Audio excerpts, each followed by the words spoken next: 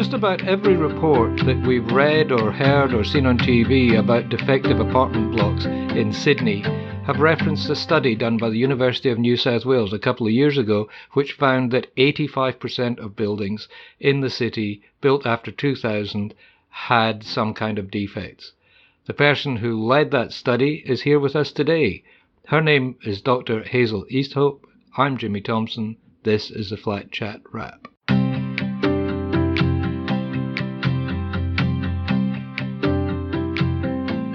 Hazel Easthope, welcome to the Flat Chat Wrap.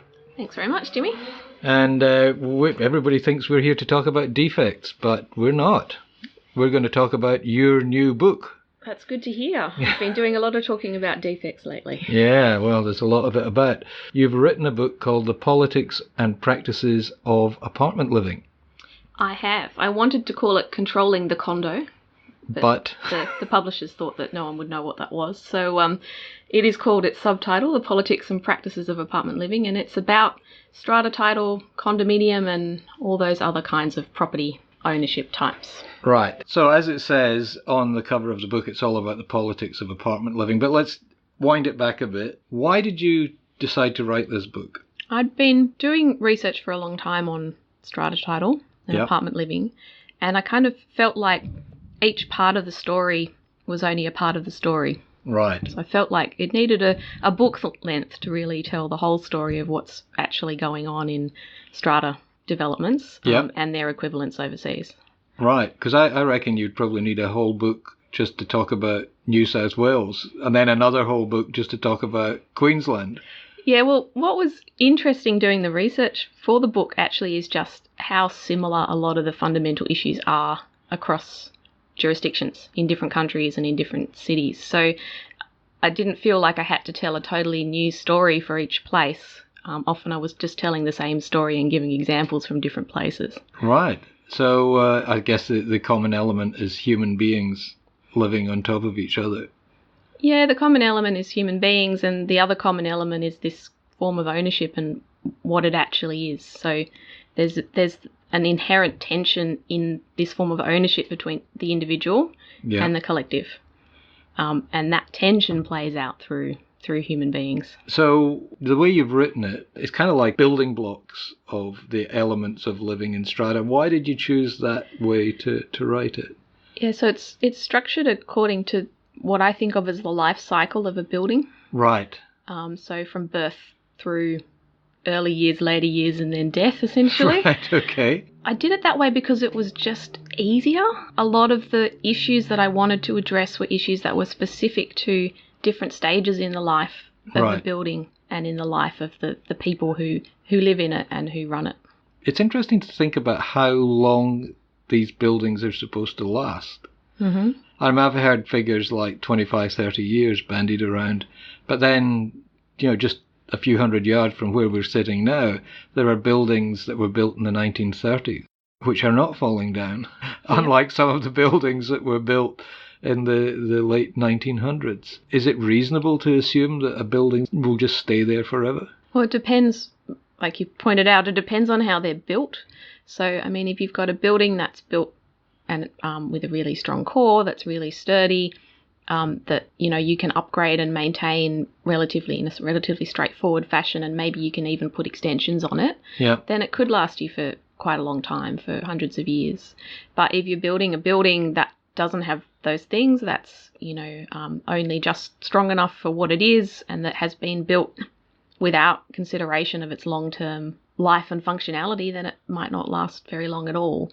I would say 25 years is probably a bit short, but maybe 50, 60 years would be more typical of those types of buildings. It's interesting that you say that, because there's a building near here, the Omnia, which looks very space agey. If anybody comes up to the King's Cross, and coming from the Darlinghurst end, it looks like a pepper pot, tall, and goes in at the middle, or an egg timer. And that was originally a very square and basic hotel. Mm. And what they did was they stripped out, basically took it back to the skeleton, and then added bits on to give it this completely new space agey looking form. I mean, Yeah. it just shows you, as what you were saying about the core was solid. It was going to take a lot to get rid of that, so they built on it and seem to have done quite a good job. One of the things that I'm really interested in currently, and I talk about briefly in the book, is what do you do with old buildings? What do you do with them at the end of their life? And a lot of the focus on that discussion worldwide so far has been about how do you knock them down and rebuild them, replace them with something else. But I think that what needs to be happening now is a discussion about how do you build new buildings that can be adaptively redesigned. So new buildings that can be adapted like the one down the road, so that you don't actually have to completely demolish and rebuild buildings every 60 to 100 years. You can actually look at upgrading them progressively over time. Yeah. But that's not the way that apartment building industry works at the moment, at least not in Sydney. But it could be, and it is possible. I mean, we have the technology to do that.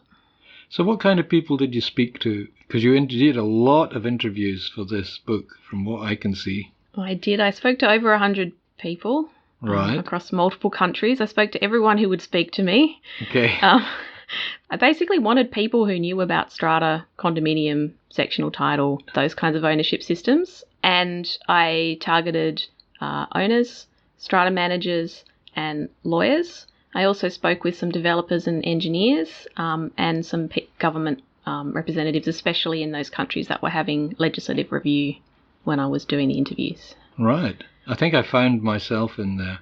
Sounds awfully like me talking about levies being underquoted, but maybe... No, that wasn't That wasn't you. me. Oh, that no. wasn't you. That was someone else. You were the one who was sceptical about the conclusion of my book. Don't know if you got to that bit. No. Oh, right at the end. Yeah. Oh, I've only had it a couple of days, Hazel. So.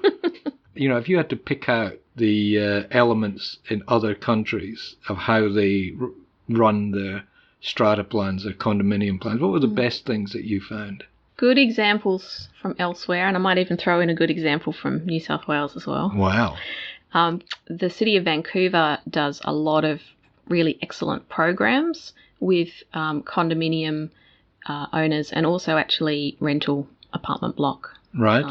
Trying to encourage more interaction between neighbours, essentially. Yeah. They have a bunch of exciting programs in that space. For example, they had this program they called Ask Lauren, where they got local students to be a building concierge in the lobbies of buildings to introduce people to things in the local area and to their neighbours, and it was really successful. Wow. They've piloted vertical block parties, so actually facilitating essentially street parties for people who live in condominiums. Right. So helping them to get the approvals they need to have those, which is also kind of fun. Yeah. So there's been a lot of interaction there where the local government has seen that the condominiums are actually a really good vehicle for them to do community development through. This is community building stuff. It really is. I mean, City of Sydney does a certain amount of, but more about the politics, actually, than the social engagement. Where City of Sydney's really strong and internationally strong is in their sustainability retrofits programs. Right. So their Smart Green Apartments program, where they actually work with buildings within the city to help them do sustainable retrofits, is pretty fantastic. Yeah. I would say. Well, they're working with Sydney Water on part of that program. Yeah, the Water so Fix they've program. been working with Sydney Water on the Water Fix program. And they're also doing all sorts of other collaborations and programs trying to encourage better energy efficiency, better waste reduction strategies, and those kinds of things.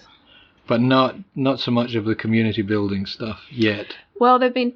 What in the New South Wales landscape? Right, what does New South Wales do well? New South Wales in particular, and Australia in general, is apparently strata searches are not a thing elsewhere. Oh, really? So, when you buy a strata property, you get a company to do a strata search, and they look through the records and they tell you what they find. Yep. Told people about that in the US and they thought it was amazing. Never heard of anything like it. Right. Similarly in the other places I went to. So that's quite interesting that we've got this whole kind of private sector assistance to owners in understanding the records. Yeah. I mean, it may reflect the fact that in Australia, we also tend to rely on conveyancers rather than lawyers. Yes. To go over our documentation. And you don't want a lawyer doing it because they'll charge you an arm and a leg. Yeah, so maybe this is a cheaper option. Yeah. But it was quite interesting to hear that that wasn't common practice in other places. I think it's because we're naturally suspicious.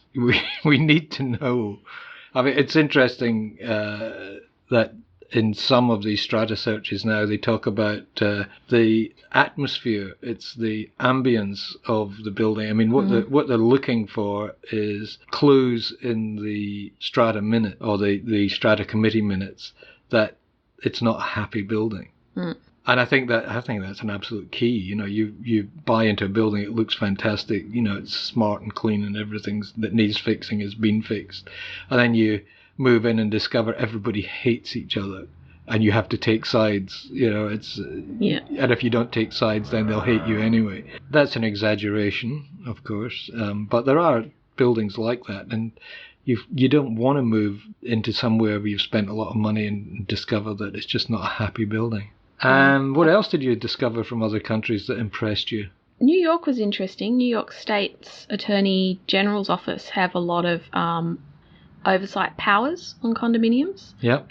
It seems to be unique to New York State, or at least I didn't come across it in the other states that I visited. For example, the offering plans, so the incredibly large documents that developers have to put together when they sell new units. Yep. I've got one on my desk that's over 300 pages long of information.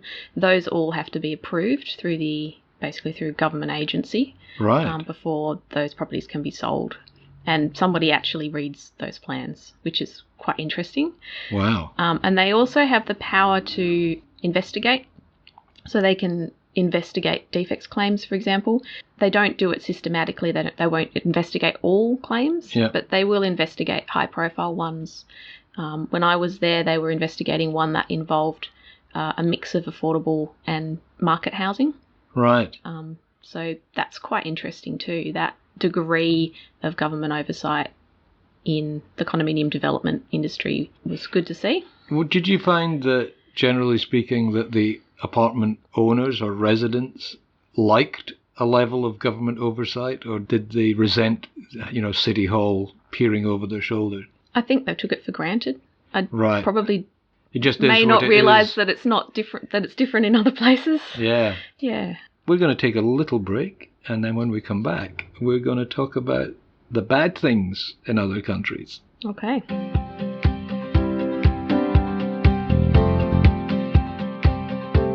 And we're back, and I'm with Dr. Hazel Easthope of the University of New South Wales. What's your official position there, Hazel? Because I'll get it wrong. I am Associate Professor and Scientia Fellow at City Futures Research Centre at the University of New South Wales. Scientia. Yeah. All right. Is that like basically science? No. Right. Okay. You can look that one up. I'll look it up. Okay. I'll tell the listeners later what it's all about. So we were talking about the good things that you found in other places. What was the worst? Okay. So the worst things that I found were basically situations where buildings have become really run down and unsafe. Right. Probably the two examples that spring to mind as the most troubling are Hong Kong and South Africa. Right. But obviously not all buildings in Hong Kong are all buildings in South Africa. In Hong Kong, there's a situation where there's old, essentially condominium blocks. They actually have a slightly different ownership system, which is explained in the book, but multi-owned blocks that have been allowed to run down to the point at which they potentially unsafe. They look really shabby from the street. And what's happened is that the government has had to step in and provide incentives to maintain those blocks, even though they're private buildings. So that's quite interesting. And what they've done in Hong Kong, unlike in most of the other places I cover in the book, it's not actually mandatory to have an owners corporation. Right. So you can have a multi-owned building without an owners corporation. They have a tenancy in common ownership arrangement. Right. On leasehold land. So what the government's done is they've said, well, we'll provide you with this access to funds to maintain your building, but only if you set up an owners corporation. And then once you set up the owners corporation is responsible. Right. So it's kind of a one-off, we'll get you out of this fix this one time, but then you'll have an owner's corporation, and the owner's corporation will be responsible for maintenance in the future. So that's quite an interesting situation. So sounds like it's like somebody's thrown up a building and said, buy an apartment, and you own the apartment, and you find out that there's no collective responsibility for the whole building. Is that a fair assessment of what's happened? Yes, but those buildings will still have a manager. So there'll still be a manager who's employed. Right. But in the kind of the lower end buildings that are filled up with lower income renters, that manager may not do their job quite as well. Right. Oh, I see. Okay.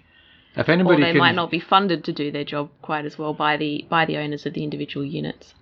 Right, because everybody wants to pay as little as possible. Yeah. Yeah. So shall I tell you about the hijacked buildings? The hijacked buildings in South Africa. I do want to hear about them. So that's a really interesting situation. So in downtown Johannesburg, there's an area called Hillsborough, and it's an area that used to be kind of a high-end area, and it was an area that was just for whites during apartheid. Right. And at the end of apartheid, essentially what happened was that the people who lived there, many of them just left. Okay. So they just left their units. Okay. And abandoned it. They just abandoned their units, and they may have left the country. Right. Those buildings were then occupied by other people who came into the city looking for housing. Yep. And in some cases, the entire building was taken over by groups of people who set themselves up as landlords for the building. So they call these buildings hijacked buildings. Right. So these people had no claim on the building; they just moved in. So they're sectional title buildings, which is just like strata title. Right. In fact, the South African system is based partly on the New South Wales system. Okay.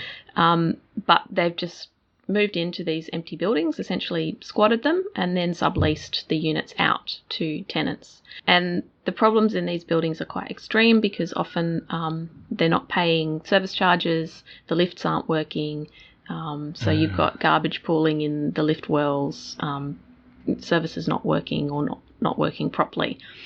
And the difficulty for the government and the city council, the municipal government, is that this happened in the buildings that were under individual ownership, so the rental buildings, and the city was able to come in and essentially organise to renovate those buildings and to rent them out for rental because they had a single owner.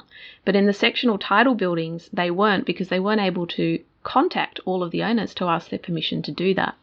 So they've got these buildings that are essentially, they've been hijacked, and they're essentially being run as not very well regulated low income rental housing. Are we talking about criminal types involved in this? Yeah. Or just opportunists? No, they're criminals. Yeah. well, I mean, it's a fine line in South Africa, but they'll have guns, but then so do many people. Yeah. But they're protecting their interests in the building. Oh, wow. And so, but the interesting thing is the fact that those buildings are under multiple ownership is what's stopping their redevelopment, because of the requirement to contact all of the owners to ask their permission to redevelop, even though many of the owners have actually just abandoned the units and they're no longer contactable. So I think that's a really... They'd probably take an act of parliament, wouldn't it, to say, you've got X amount of time to claim your apartment. Yeah. So when I was there in 2016. They were working on what the solutions to that might be, and I haven't actually followed up. So maybe if interested listeners out there might want to do a bit of a Google search and see if anything's changed. They'll probably come up with the story I wrote about this a year ago when you first told me about it. Excellent. But I mean that's pretty interesting, and I think from the point of view of someone like me who's interested in this multi-owned property, I think that the way that splitting up property rights within a building can actually stymie innovation and redevelopment is important as well. Well, it does what happened on a very much smaller scale here, where you've got, usually, it's an older building, you've had people who've been on the committee for years and years and years. Everybody just accepts, that Mrs. McCready is the chairperson and she collects the levies and things, and they don't realise that she or he is gradually shutting the building down by not fixing things that need to be fixed, or doing cheap fixes when it needs to be a proper fix. Because you might argue that, the apartments are losing value because the building's not being maintained properly. But then if somebody has no intention of selling, then the loss of value means nothing to them. It does not. Except for the use value. Yeah. The amenity. Yeah, but once it's amazing what you get used to. Okay, and it was interesting what you were saying about Vancouver, because there's a story came out of London recently where mixed housing, it was private or market value apartments and affordable housing together, and the developer built a wall to prevent the kids from the affordable housing coming into the playground they'd built for the kids in the market value housing. Yeah. That was demolished. And the interesting thing, I think, is that the developer demolished the wall and then had a big barbecue and party for everybody to bring them all together. So it was a kind of good outcome from some seriously bad thinking. Yeah, bad planning design. I mean, the Pour Doors is another example of that. So have you seen the pictures of the Pour Doors in London? No. So there was a period during which apartment developments in London were being built that were required to have affordable housing in them, and they were having a separate entrance for the affordable housing tenants from the private housing tenants. And if you Google London Pour Door, you'll get the pictures of the differences. So the private housing ones, you walk up a staircase and go in through glass sliding doors into a lovely lobby, and the affordable housing ones are down the alleyway around the back with a security camera looking down on the door. That was cracked down on, but I mean that's another example of a similar kind of poor built form outcome.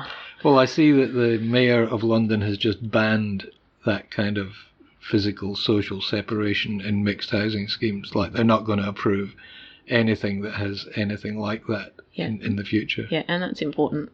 Oh, hugely important.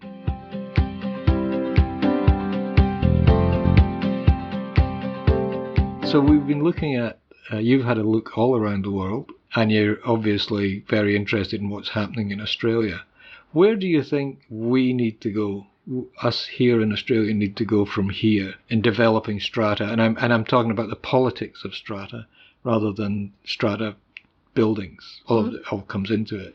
Okay, so first of all, I think Australia is actually pretty good when it comes to understanding strata and understanding what it means. Probably better than some of the other places that I visited. But I think that for a really long time, well, I'm going to go back in history and then I'll come back to the present. Okay. So strata was introduced in Australia back in the early 1960s. Yep. And essentially it was the final version of the legislation was largely drafted by the lawyers of Dick Dusseldorf. So you know who he is? No. Lend-Lease. Oh, right. Okay. And I was lucky enough to be given access to Lend-Lease's library in preparing the book. The librarian there was really helpful.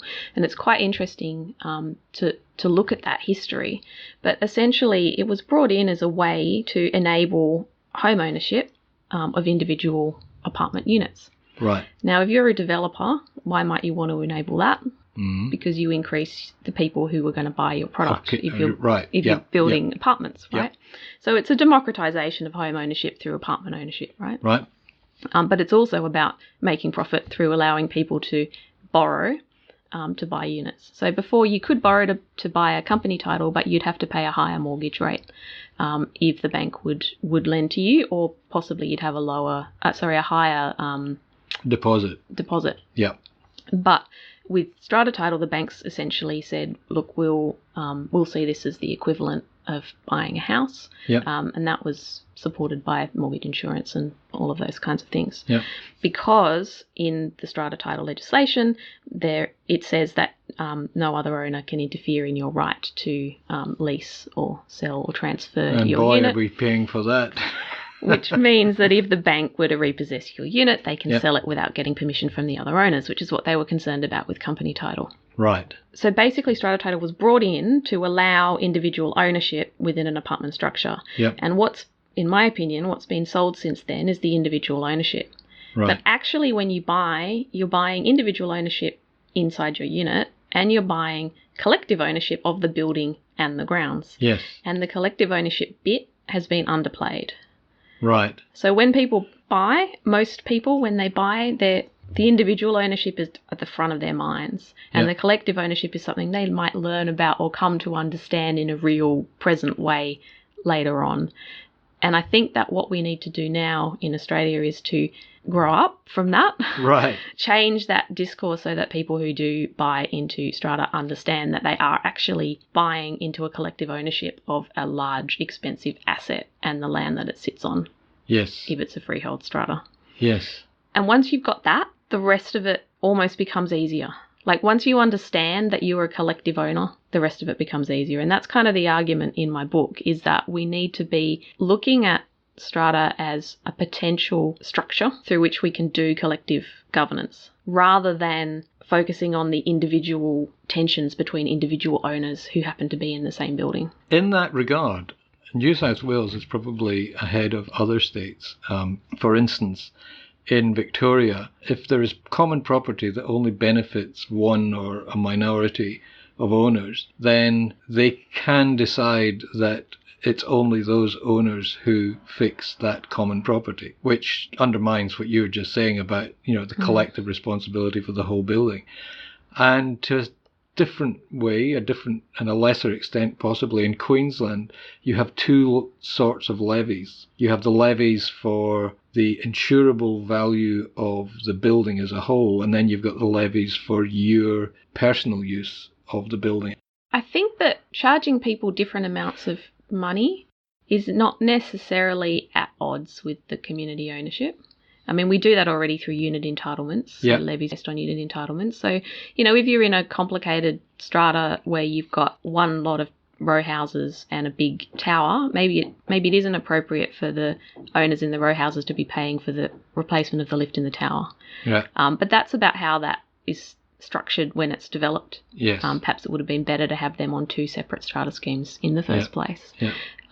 Or at the very least skew the unit entitlements so that the people in the row houses or townhouses are paying less than the people in the apartment building who are using the lift to go up and down. Well, maybe, but then, if the townhouse roof blows off, the people in the apartment block are going to have to... And that's going to be expensive, and that's only one household, but it's a lot of roof compared to the individual tiny bits of roof that the people in the units own. So, I think you're better off structuring the separation at that development stage. And if you haven't, then maybe you do need to reassess how your levies are being divided up. But it's less about how much you're paying and more about who's responsible for the decisions about what should be done. Yeah, and when you've got people on committees who are prioritising their individual ownership rights over the collective responsibility, then you're going to have problems. But people do. People do. People get on committees just so that they can get their renovation through, and they're not really interested in anything else. Yeah, but they should be, because they are actually joint owners in everything else. So if something fails somewhere else, even if it doesn't affect their particular unit or their house, it's still going to affect them financially, and it may affect them in terms of their legal liability. Does it surprise you that people who own a share of a building are not even interested enough to turn up once a year to the AGM to hear what's going on and contribute? It doesn't surprise me, because I've asked people in surveys why, and there's different reasons why people don't. Like? So the first reason is people think that things are being run quite well without them, so they're happy to let others do it. Right. Economists call that the free rider problem. Right, okay. The second is that people feel excluded, or they feel that they wouldn't add any value. So they either feel like they don't know enough, or they feel like they wouldn't be welcome. And that's a problem. Yeah. And I can't remember what the third is. Do you think it's bad memory? That's what it is. That's what it they is. forget about Hang the on, meeting. Let me think. The free riders. Yeah, there's the free riders. There's the excluders. There's the excluders. No, I think the three are. I think I conflated the free riders with the it's working fine without me. So there's the people who are excluded. Yep. There's the people who don't feel like they have the time. Right. And there's the people who feel like it's being done adequately without them, and therefore they're not going to get involved. It's one of the ironies of strata living is the people who you would like to be running the committee are too busy working at jobs to pay for the mortgage that allows them to be in the building in the first place. Are you not on your committee, Jimmy? They won't let me on. No. Well, I haven't tried very hard. I am talking to Dr. Hazel Easthope. After this break, she's going to tell us some funny stories.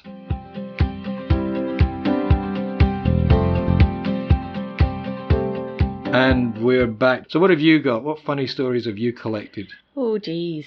I'm going to take us back to defects. Uh-huh. And I don't know if funny's quite the right word, but it is a story that stuck with me from these interviews I did. Yeah. I was interviewing an engineer in New York. Uh-huh. And I was asking him about building defects and why they happen, because they happen in New York too. Yeah. They happen everywhere. And he was trying to explain to me the role of contract management, which doesn't sound very funny, but the story is quite outrageous. So he said, Hazel, I was called to this building, which was a multi-story building, and what had happened was that all the bottom 4 stories had been completely flooded when it rained. So, millions of dollars of damage on the bottom 4 stories. And he said he came to have a look to see what had happened, and as it turned out, the flashing hadn't been installed properly. Right. And I said, okay, so what happened? He said, well, when I investigated, what I found out was that so all of the subcontractors on the site are contracted by a central project manager. Yep. Who works with the developer. And the project manager had separately contracted one group of people to do the flashings on the bottom 4 stories and another to do the flashings higher up, because they had to have different licenses to do with their scaffolding. Okay. And they'd done that. And can you guess what they hadn't done? Tell me. They hadn't contracted anyone to install the flashings between stories 4 and 5. Oh. So they weren't installed. So when it rained, the water just went in between floors 4 and 5 and went all the way down and destroyed the bottom of the building. So I don't know if that's funny, but it's interesting. Is topical when we're talking about building defects in Sydney, and it's very interesting. I have been talking to Dr. Hazel Easthope. Her book is The Politics and Practices of Apartment Living. It's published by Edward Elgar. You can find links to where you can buy it on the Flat Chat website. If you can't find it anywhere else, you can find it there. It's a really comprehensive book, and I now got to go and find out what it was I've been quoted as saying somewhere in this book. When he says comprehensive, he means interesting and thorough, not boring. Did I say that? Did I say comprehensive? It's interesting and thorough, and gives quite a profound insight into this lifestyle we've chosen, and how we're actually doing quite well here in New South Wales, and how we could do a little bit better. Is that fair? That is fair. Thanks, Hazel. Thanks for being on the podcast. Thanks, Jimmy.